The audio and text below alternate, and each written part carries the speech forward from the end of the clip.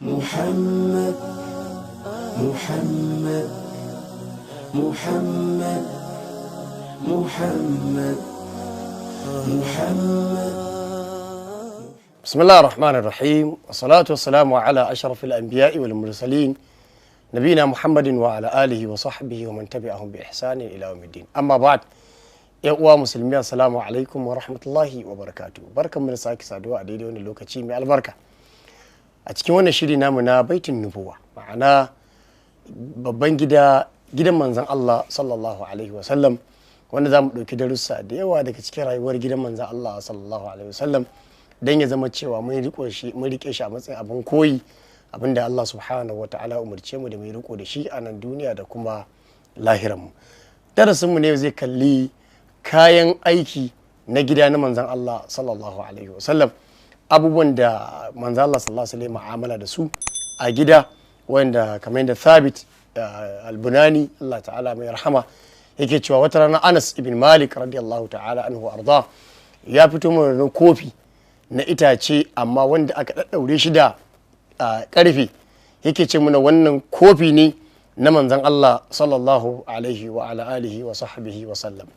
wanda wannan kofi na manzon Allah sallallahu alaihi wasallam a cikin sa yake shan ruwa, da wannan kofi manzan Allah sallallahu alaihi wasallam yake shan zuma, da wannan kofi kuma manzan Allah sallallahu alaihi wasallam yake shan nono, da shi kuma ake ba manzan Allah sallallahu alaihi wasallam tsimi yana sha.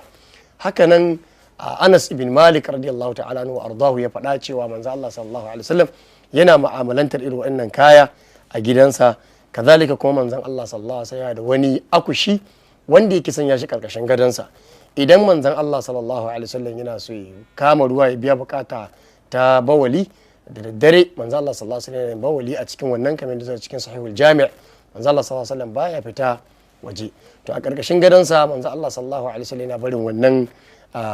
abin nan akushi a kasan gadonsa. Kazalika manzo Allah sallallahu alaihi wasallam daga cikin al-athas abubuwan da yake mu'amala da su waɗanda suke a matsayin sunna shine manzo Allah sallallahu alaihi wasallam da wata jaka kamar wallet da manzo Allah sallallahu alaihi wasallam yake tafiya da ita, yana sa matashi ma'ana kum ɗinsa a cikinta. Sa'an nan manzan Allah sallallahu alaihi wasallam a cike yake sa madubi miro wanda yake kallon fuskarsa da shi. Haka nan manzan Allah sallallahu alaihi wasallam yana da abinda malamai suke ce ma sukka ko kuma sukuna, ma'ana yana da abinda yake ake sanya turare wanda manzan Allah sallallahu alaihi wasallam kamar kwalba zamu ce yanzu, yana da kwalbarsa da yake sa turare ya sanya ta kuma a cikin aljihu yana tafiya da ita, wanda wannan na nuna mana muhimmancin waɗannan al'amura da manzan Allah sallallahu alaihi wasallam ya yi riko da su kuma yake amfani da su. Hakanan a gidan manzan Allah sallallahu alaihi wasallam ya da wani akushi babba wanda mutum hudu suke ɗaukarsa kamar da al-Imam Ibn Qayyim al-Jawzi rahimahullahu ta'ala ya kawo cikin littafin sa Zadul Ma'ad. Wannan babban akushi na manzan Allah sallallahu alaihi wasallam da yake gidansa yana sanya shi, ana sanya abincin baki ne a fito da shi a masallacinsa da kuma wajen ahlus suffa, wanda ke nuna mana gidan manzan Allah sallallahu alaihi wasallam gida ne da ake tarban baki a cikinsa, ba gida bane na maruwata, ba gida bane na kyashi, gida ne wanda duk wanda ya zo akwai abinci da zai iya samu, wanda wannan da kasar Hausa mutane suna amfani da wannan abun, kaga an aje masaki an aje abinci komin dare ba ya shigo gari akwai abin da zai iya ci, idan ba bakon da aka yi da safe sai a mai da shi dimame ko zafafe, wanda wannan gidan manzan Allah sallallahu alaihi wasallam an ga wannan tasirin al'amarin mai matukar muhimmanci, wanda mu kuma yanzu da yawan mu muka koma ba ma koyi da irin wannan abin, kowa ya koma abinci daga shi sai matarsa sai 'ya'yansa. To gidan manzon Allah sallallahu alaihi wasallam akwai wannan akushin wanda babban akushi ne, sahabbansa guda hudu suke kamawa su fito da shi domin a yi amfani da shi a nan masallacin manzon Allah sallallahu alaihi wasallam. Haka nan manzon Allah sallallahu alaihi wasallam da sa'i a gidansa da ya aje domin auna abinci, duk wanda ya zo a taimaka masa, annabi sallallahu alaihi wasallam yana ɗauko wannan sa'i ya auna abinci ya basu. Haka nan kuma akwai mudan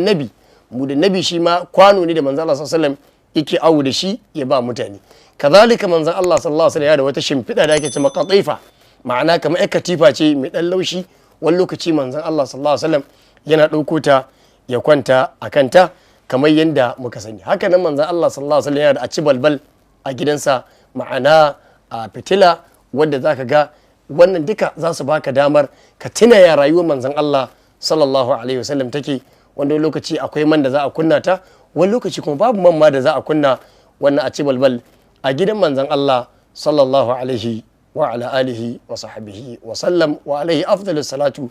wa atammu taslim. Wassalamu alaikum wa rahmatullahi wa barakatuh. محمد محمد محمد محمد محمد